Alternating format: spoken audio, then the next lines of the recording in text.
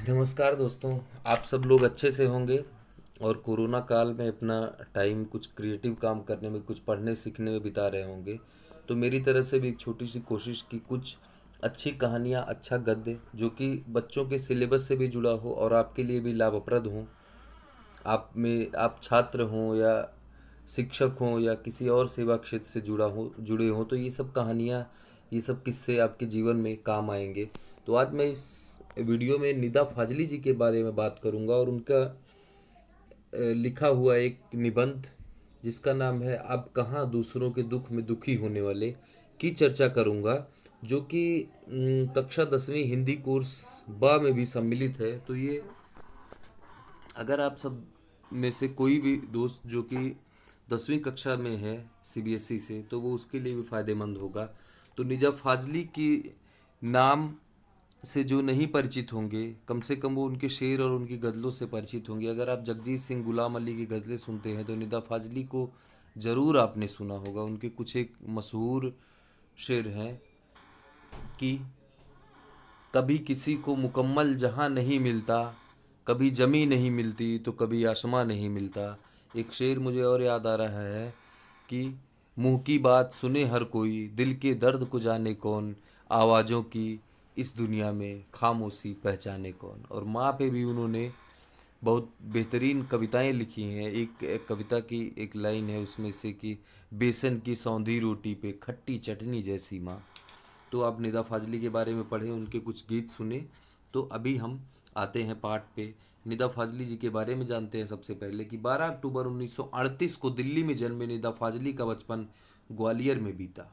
दिल्ली में इनका जन्म हुआ और ग्वालियर में इनका बचपन बीता। निदा फाजली उर्दू की साठोत्तरी पीढ़ी के महत्वपूर्ण कवि माने जाते हैं। आम बोलचाल की भाषा में वो सरलता से किसी के भी दिलो दिमाग में घर कर सके, ऐसी कविता करने में उन्हें महारत हासिल है। जैसा मैंने आपको बताया, अभी उनके दो शेर और एक कविता की एक लाइन बताई तो आपको लग गया होगा कि कितना सरल लिखते हैं।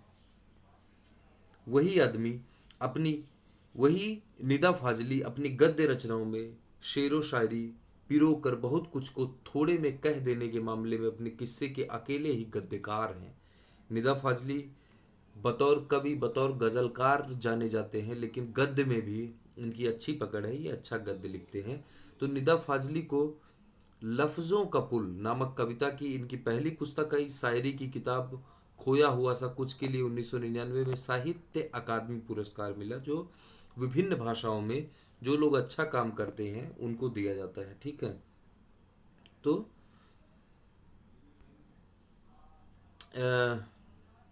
निदा फजली की आत्मकथा का पहला भाग दीवारों के बीच और दूसरा दीवारों के पार प्रकाशित से शीर्षक से प्रकाशित हो चुके हैं। फिल्म उद्योग से संबंध रहे निदा फाजली का निधन 8 फरवरी 2016 को हुआ। यहाँ तमाशा मेरे आगे किताब से संकलित एक अंश प्रस्तुत है, जिस अंश की अभी हम बात करेंगे, इसमें प्रकृति पे किस तरह से व्याघात हो रहा है, प्रकृति पे किस तरह से आक्रमण हो रहा है, उसकी हम चर्चा करेंगे। तो ये किस पुस्तक से लिया गया है ये पाठ? तमाशा मेरे आगे। तो आइए हम देखते हैं इस पाठ के में प्रवेश करने से पहले कुछ अंश जो पुस्तक में दिए गए हैं कि कुदरत ने यह धरती उन तमाम जीवधारियों के लिए अता फरमाई है, यानी कि बनाई है, जिन्हें खुद उसी ने जन्म दिया था। लेकिन हुआ यह है कि आदमी नाम के कुदरत के सबसे अजीम करिश्मे ने धीरे धीरे पूरी धरती को ही अपनी जागीर बना लिया और अन्य तमाम जीवधारियों को दरबदर कर दिया। नतीजा यह हुआ कि अन्य जीवधारियों की या तो नस्लें खत्म होती गईं या उन्हें अपना ठौर ठिकाना छोड़कर कहीं और जाना पड़ा, या फिर आज भी वे एक आशियाने की तलाश में मारे मारे फिर रहे हैं। इतना भर हुआ रहा होता तब भी गनीमत होती, लेकिन आदमी नाम के इस जीव की सब कुछ समेट लेने की भूख यहीं पूरी नहीं हुई। अब वह अन्य प्राणियों को ही नहीं, खुद अपनी जात को भी बेदखल करने से जरा भी परहेज नहीं करता। आलम यह है कि उसे ना तो किसी के सुख दुख की चिंता है, न किसी को सहारा या सहयोग देने की मनसा ही। यकीन ना आता हो तो आप इस पाठ को पढ़ जाइए मेरे साथ और देखिए अपने आसपास के लोगों को।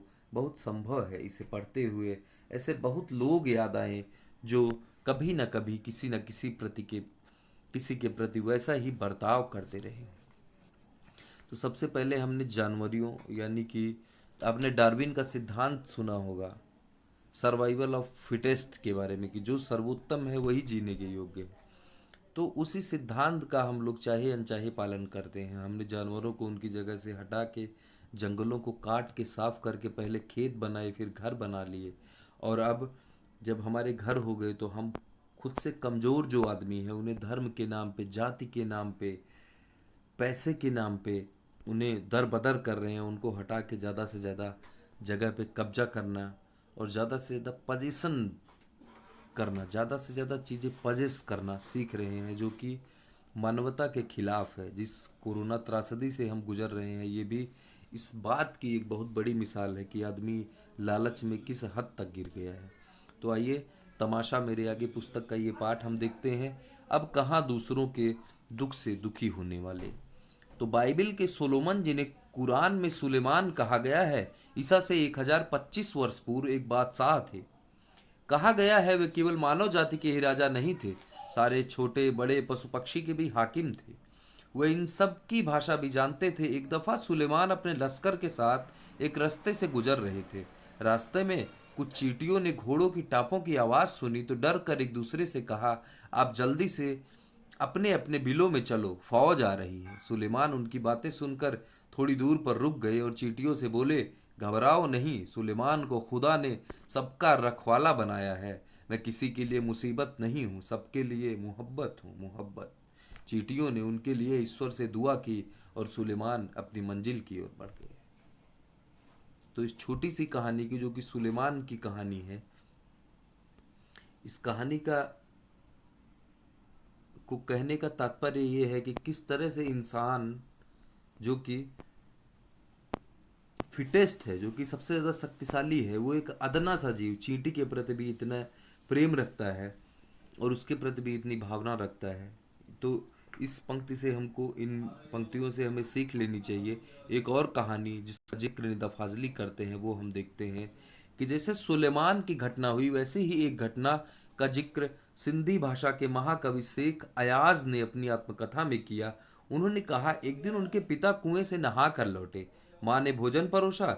उन्होंने जैसे ही रोटी का कौर तोड़ा, उनकी नज़र अपनी बाजू पर पड़ी। वहां एक काला च्योंटा रेंग रहा था। वह भोजन छोड़कर उठ खड़े हुए। माँ ने पूछा, क्या बात है, भोजन अच्छा नहीं लगा?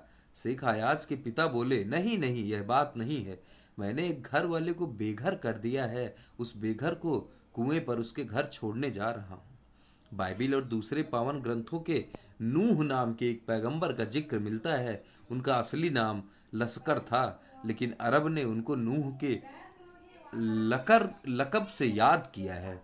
वह इसलिए कि आप सारी उम्र रोते रहे, क्योंकि वो सारी उम्र रोते रहे, इसलिए उनको लकब कह दिया गया। तो हमने देखा शेख अयाज की एक कहानी, और एक कहानी हम नूह की देख रहे हैं कि किस तरह से वो एक चींटी के प्रति सबसे पहले सुलेमान ने अपने मन में भावना रखी। फिर दूसरी कहानी में हम देखते हैं कि एक चींटे के प्रति, जिसको कि कुएं से लेके चले आए थे, उसके प्रति भी भावना रखी। फिर अब नूह की बात देखते हैं तो नूह एक कुत्ते की वजह से पूरा जीवन रोते रहे और उन्हें लकब कह दिया गया कि वह इसलिए सारी उम्र रोते रहे कि इसका कारण एक जख्मी कुत्ता था। नूह के सामने से एक बार एक घायल कुत्ता गुजरा। नूह ने उसे दुत्कारते हुए कहा, दूर हो जा गंदे कुत्ते। इस्लाम में कुत्तों को गंदा समझा जाता है। कुत्ते ने उनकी दुत्कार सुनकर जवाब दिया, न मैं अपनी मर्जी से कुत्ता हुआ हूँ, न तुम अपनी पसंद से इंसान हो। बनाने वही एक है, सबका मालिक एक है। मट्टी से मट्टी मिले, खोके सभी निशान, और किसमें कितना कौन है, कैसे हो पहचान। हम सब उसी मिट्टी से निकले हैं और उसी में मिल जाएंगे। तो कौन कहाँ से आया है और कौन कहाँ को जाएगा, इसकी कोई पहचान नहीं है। हम सबका जरिया एक ही है, हमारा सबका मालिक एक ही है। तो नूह ने जब उसकी बात सुनी और दुखी हो मुद्दत तक रोते रहे, यानी काफ़ी लंबे अरसे तक रोते रहे। इसी तरह की एक कहानी महाभारत में भी है। महाभारत में युधिष्ठिर का जो अंत तक साथ निभाता नजर आता है, वह भी प्रतीकात्मक रूप से एक कुत्ता ही था। सब साथ छोड़ते गए तो केवल वही उनके एकांत को शांत कर रहा था। दुनिया कैसे वजूद में आई, अब हम दूसरी बात पे आते हैं। हमने युधिष्ठिर की भी एक कहानी देख ली। अब आते हैं कि दुनिया कैसे वजूद में आई? तो हमको पता है कि ये एक बड़ा सवाल है और इस सवाल के पीछे हर कोई भागता रहता है। पहले क्या थी ये दुनिया, किस बिंदु से इसकी यात्रा शुरू हुई? इन प्रश्नों के उत्तर विज्ञान अपनी तरह से देता है, धार्मिक ग्रंथ अपनी अपनी तरह से। संसार की रचना भले ही कैसे हुई हो, लेकिन धरती किसी की नहीं है। पंछी, मानव, पशु, नदी, पर्वत, समंदर आदि की इसमें सबकी बराबर की हिस्सेदारी है। यह और बात है कि इस हिस्सेदारी में मानव जाति ने अपनी बुद्धि से बड़ी बड़ी दीवारें खड़ी कर दी हैं। पहले पूरा संसार एक परिवार के समान था, अब टुकड़ों में बंटकर एक दूसरे से दूर हो चुका है। पहले बड़े बड़े दालानों आंगनों में सब मिलजुल कर रहते थे, अब छोटे छोटे डिब्बे जैसे घरों में सिमट कर रहने लगे हैं। बढ़ती हुई आबादियों ने समंदर को पीछे सरकाना शुरू कर दिया है, पेड़ों को रास्तों से हटाना शुरू कर दिया है। फैलते हुए प्रदूषण ने पक्षियों को बस्तियों से भगाना शुरू कर दिया है। बारूदों की विनाश लीलाओं ने वातावरण को सताना शुरू कर दिया है। अब गर्मी में ज़्यादा गर्मी, बेवक्त की बरसातें, जलजले, सैलाब, तूफान और नित नए रोग। एक रोग से हम लोग आजकल त्रस्त भी हैं, कोरोना। तो मानव और प्रकृति के इसी असंतुलन के परिणाम है। अगर मानव और प्रकृति में संतुलन बना रहे और मानव और प्रकृति एक दूसरे के सहगामी की तरह काम करें, तो इस तरह की परिस्थितियां पैदा ना हो। नेचर की सहन शक्ति की एक सीमा होती है। नेचर यानी कि प्रकृति, प्रकृति की सहन शक्ति की अपनी एक सीमा है। नेचर के गुस्से का एक नमूना कुछ साल पहले मुंबई में देखने को मिला, और यह नमूना इतना डरावना था कि मुंबई निवासी डर कर अपने अपने पूजा स्थल में अपने खुदाओं से प्रार्थना करने लगे थे। कई सालों से बड़े बड़े बिल्डर समंदर को पीछे धकेल कर उसकी जमीन को हथिया रहे थे। बेचारा समंदर लगातार सिमटता जा रहा था। पहले उसने अपनी फैली हुई टांगें समेटी, थोड़ा सिमट कर बैठ गया, फिर जगह कम पड़ी तो उकड़ू बैठ गया। आपने मानवीकरण अलंकार के बारे में सुना होगा, तो उस अलंकार से ये बात मुझे याद आती है कि किस तरह समुद्र पर मानवीय गुणों का आरोप करते हैं निदा फाजली, और बताते हैं कि पहले उसने अपनी टांगे समेटी, फिर थोड़ा सिमट कर बैठा, फिर उकड़ू बैठा, और जब जगह नहीं बची तो वो खड़ा हो गया, और जब खड़े होने की भी जगह कम पड़ गई तो उसे गुस्सा आ गया। जो जितना बड़ा होता है उसे उतना ही कम गुस्सा आता है, परंतु आता है तो रोकना मुश्किल हो जाता है। और यही हुआ। उसने एक रात अपनी लहरों पर दौड़ते हुए 3 जहाज़ों को उठाकर बच्चों की गेंद की तरह तीनों दिशाओं में फेंक दिया। एक वर्ली के समंदर के किनारे पर आकर गिरा, दूसरा बांद्रा में कार्टर रोड के सामने औंधे मुंह, और तीसरा गेटवे ऑफ इंडिया पर टूट फूट कर सैलानियों का नज़ारा बना। बावजूद कोशिश वे फिर से चलने फिरने के काबिल नहीं हो सके। अब ये एक प्रसंग निदा फाजली ने सुनाया कि किस तरह मुंबई में समुद्र ने अपना गुस्सा दिखाया। फिर उसके बाद ये अपनी माँ की बात करते हैं, माँ के प्रति और पुराने ज़माने के प्रति, पुराने ज़माने के लोगों की आदमियत के प्रति निदा फाजली को किस तरह से प्रेम था, किस तरह से लगाव था। वो उनकी एक माँ पर जो कविता है उसकी एक छोटी सी पंक्ति कि बेसन की सोंधी रोटी पर खट्टी चटनी जैसी माँ। इसी लाइन से आप समझ सकते हैं। तो मेरी माँ कहती थी कि सूरज ढले आंगन के पेड़ों से पत्ते मत तोड़ो, पेड़ रोएंगे। दिया बत्ती के वक्त फूलों को मत तोड़ो, फूल बद्दुआ देते हैं। दरिया पर जाओ तो उसे सलाम किया करो, वह खुश होता है। कबूतरों को मत सताया करो, वे हजरत मोहम्मद को अजीज हैं।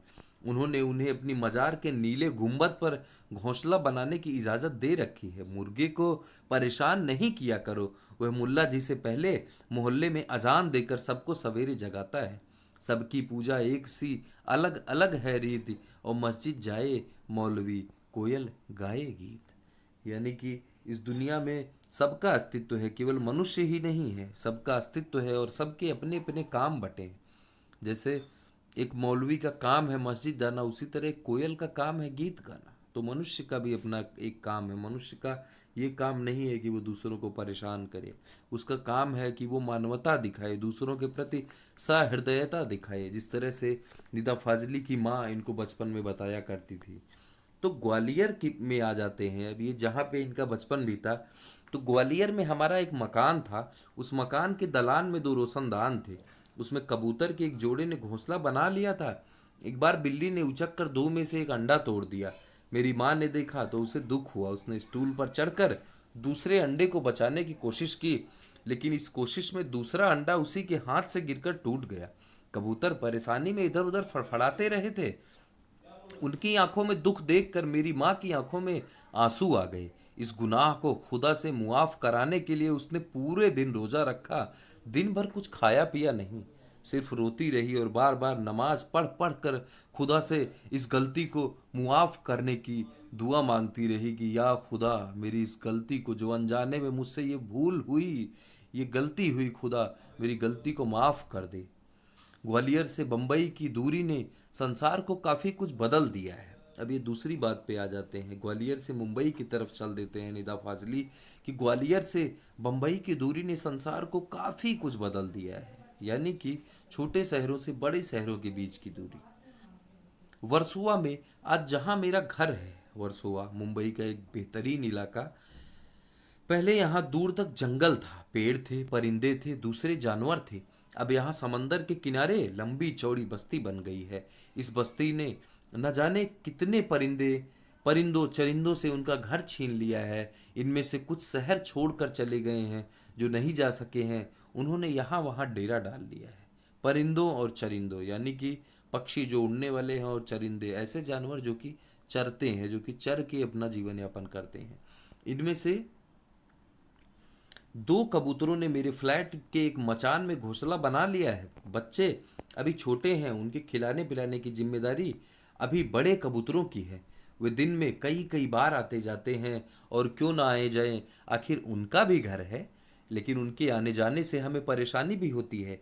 वे कभी किसी चीज़ को गिरा कर तोड़ देते हैं, और कभी मेरी लाइब्रेरी में घुसकर कबीर या मिर्जा गालिब को सताने लगते हैं। इस रोज रोज की परेशानी से तंग आकर मेरी पत्नी ने उस जगह जहां उनका आशियाना था एक जाली लगा दी है, उनके बच्चों को दूसरी जगह कर दिया है, उनके आने की खिड़की को भी बंद कर दिया जाने लगा है।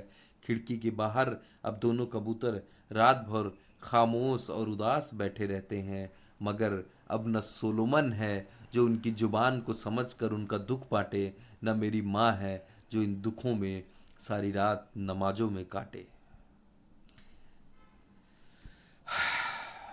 तो कितनी सहृदयता से ये पाठ रचा होगा निदा फाजली ने, और इस पाठ को लिखने में आधा घंटा एक घंटा लगा होगा, एक दिन या दो दिन लगा होगा, लेकिन इसको रचने में पूरा जीवन लगा होगा।